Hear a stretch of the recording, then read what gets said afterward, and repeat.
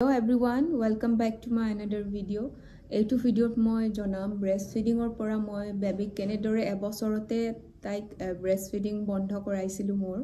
So মই মোৰ এক্সপেৰিয়েন্সটো share কৰিম এইটো ভিডিঅ'ত। সো আই হোপ মাকসকলৰ বাবে এইটো ভিডিঅ'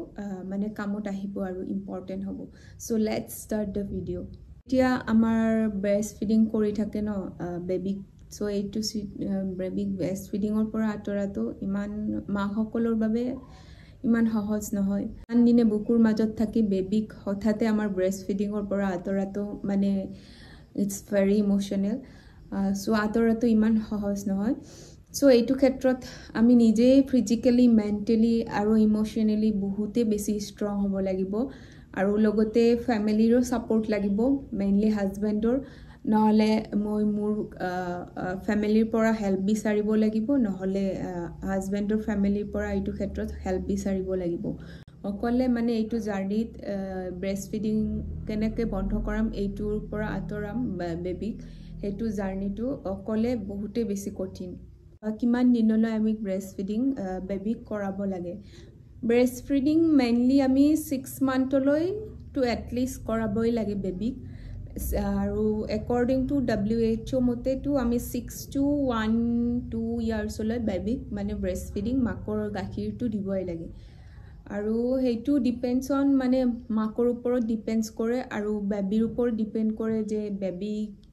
কিমান টাইমলৈ মানে মাকৰ গাখীৰ বিচাৰে আৰু মাকে কেতিয়া বেবিক মানে নিজৰ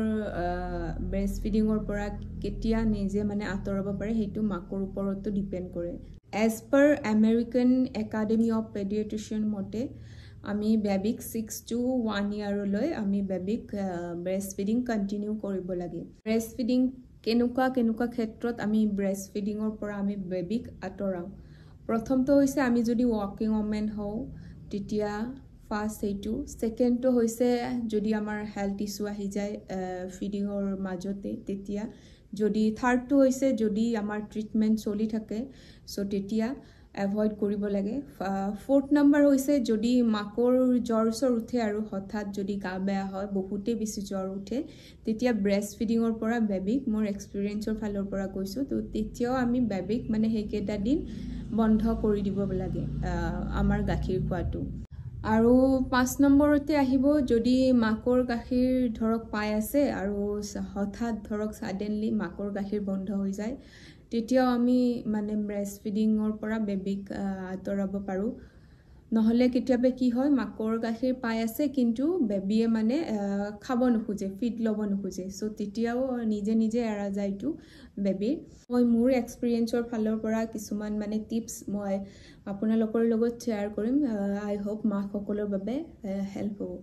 ফাৰ্ষ্ট হৈছে আমি বেবিক ধৰক 15 মিনিটছ বা আধা ঘণ্টাৰ কাৰণে ধৰক আমি ফিড কৰাই আছোঁ, মাকৰ গাখীৰ ধৰক খুৱাই আছোঁ। সো যদি আমি বন্ধ কৰিব খোজোঁ ফিডিং লোৱাটো, সো আমি টাইমটো মানে কমাই আনিব লাগে। ধৰক আজি ধৰক 15 মিনিটৰ কৰাইছোঁ, কাইলৈ ধৰক 10 মিনিট, তেনেকৈ 5 মিনিট 2 মিনিট তেনেকৈ নিজে আমি কমাই আনিব লাগিব। ছেকেণ্ডটো হ'ল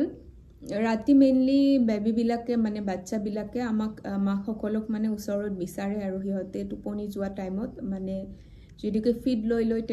তাহাঁতে মানে শুৱে, সো সেইখিনি টাইমত মেইনলি হাজবেণ্ড বা কোনোবা ঘৰৰ মানুহৰ দৰকাৰ হ'ব। ধৰক শুৱাৰ টাইমত ধৰক বেবিয়ে কান্দিলে মাককতো বিচাৰিবই, অফক'ৰ্ছ গাখীৰ খাব বিচাৰিব তাহাঁতে। সো সেইখিনি টাইমত হাজবেণ্ডক মানে বেবিৰ ওচৰত ৰাখিব লাগিব। যদি বেছিকৈ কান্দে তেন্তে কলাত লৈ তেনেকৈ ধৰক ষ্টৰি ক'লে, কিবা ৰাইমছ ক'লে বা গানে গালে তেনেকৈ মানে হেৰি কৰি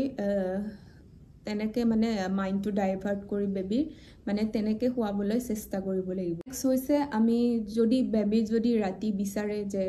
গাখীৰ খাবতো বিচাৰে মাকৰ, তেতিয়া আমি মানে বেবিক আমি বটলত ধৰক ফৰ্মুলা মিল্কে হওক বা পানীয়ে হওক যি তাহাঁতে মানে খাব ভাল পায় সেইটো আমি অফাৰ কৰিব লাগিব তাহাঁতক। মই পানীয়ে দিছিলোঁ তাইক খাব, যিহেতুকে ফৰ্মুলা মিল্ক তাই খোৱা নাছিলেতো, মোৰ গাখীৰে খাই আছিলে, তো মই পানীয়ে দিছিলোঁ তাইক বটলত মানে মোৰ ছোৱালীক খাবলৈ। সো তেনেকৈ তাই 2 দিনমান ডিষ্টাৰ্ব দিছে মোক, কিন্তু তাৰপিছত তাই মানে তাই নিজে নিজে বটলৰ ফিট লোৱা ষ্টাৰ্ট কৰিছে আৰু মোক মোৰ মায়ে মানে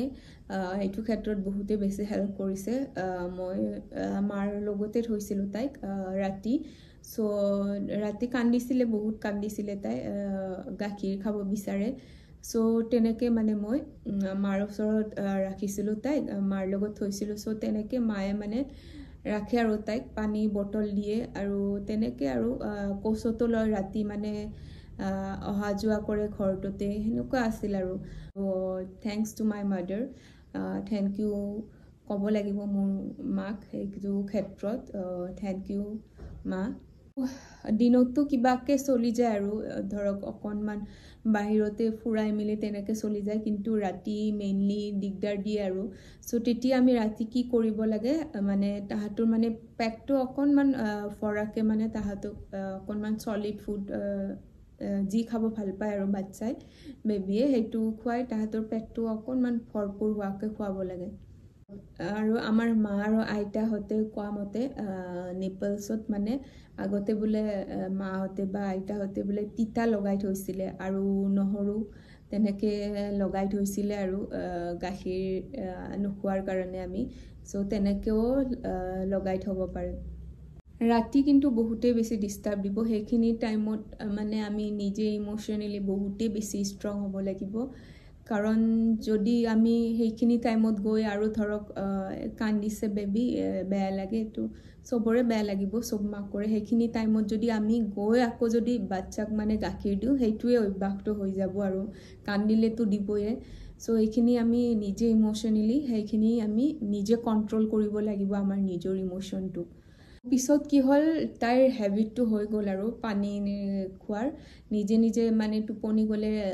গাৰুৰ ওচৰতে মানে বটল থৈ দিও পানীৰ বটল যেহেতুকে তাই গাখীৰ নাখায় বটলত সো তেনেকে থৈ দিও তাই নিজে নিজে এতিয়াটো অভ্যাসে হৈছে নিজে নিজে মানে বটলৰ মানে ঢাকনি খুলি নিজে নিজে খাই তাই আৰু বেবিক যেতিয়া আমি আমাৰ গাখীৰ খোৱাৰ পৰা মানে ব্ৰেষ্ট ফিডিংৰ পৰা আমি বেবিক যেতিয়া আতৰাম তেতিয়া আমি হিহঁতৰ মানে নিউট্ৰিশনটো আমি সলিড ফুডৰ পৰা ধৰক ভাল বস্তু খুৱাব লাগিব ফল মূলে হওক বা ভাত ডালিয়া তেনেকে ওটস যি মানে হিহঁতে ভাল পায় সেইটো মানে হিহঁতক খুৱাব লাগিব আৰু মেইনলি চাইল্ড ডক্টৰক কনসাল্ট কৰি ভিটামিনস আৰু ধৰক কি হিহঁতৰ কাৰণে ভাল হয় সেইবিলাক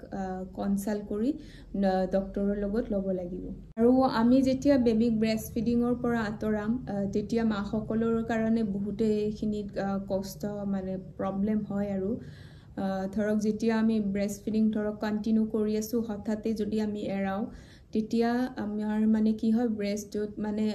টান হৈ যায় আৰু ধৰক কিছুমানৰ কি কম সবৰে জ্বৰ উঠে ধৰক বিষ হয় এনেকুৱা হয় সো তেতিয়া আমি কি কৰিব লাগে গৰম পানীত কুহুমীয়া গৰম পানীত অকণমান নিমখ দি কটন কাপোৰ এখন তিয়াই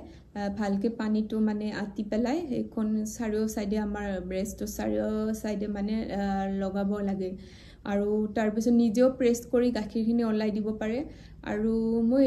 হেইটোও কৰিছিলো আৰু মই হেইটো মানে অকণমান দিগদাৰ পাইছিলো সো মই মানে অনলাইন লাভ লেপৰ এটা হেৰি আছিলে ইলেক্ট্ৰিক এটা হেৰি আছিলে বটল ফিডিং পাম্পিং মেচিন এটা আছিলে হেইটো আছিলে সো মই হেইটো পাম্প কৰিয়ে মই গাখীৰবিলাক ওলাই মানে পেলাই দিছিলো আৰু এইটো কৰিছিলো হেইটো মানে হেইটো মেচিনটো মানে মোক বহুতে হেল্প কৰিছে লাভ লেপৰ যোনটো পাম্পিং মেচিনটো আৰু কি হয় লাষ্টত আমি যেতিয়া এসপ্তাহ মান ধৰক এইটো গৰম পানী লৈ ধৰক প্ৰেছ কৰিলো নিজে নিজে বা লাভ লেপৰ মেচিনটো পাম্পিং মেচিনটো ব্যৱহাৰ কৰাৰ পিছত এসপ্তাহ যেতিয়া আমি বেবিক ফিডিং নকৰাও তেতিয়া আমাৰ আগৰ নিচিনাই হৈ যাব আৰু নৰ্মেল হৈ যাব আমাৰ তেতিয়া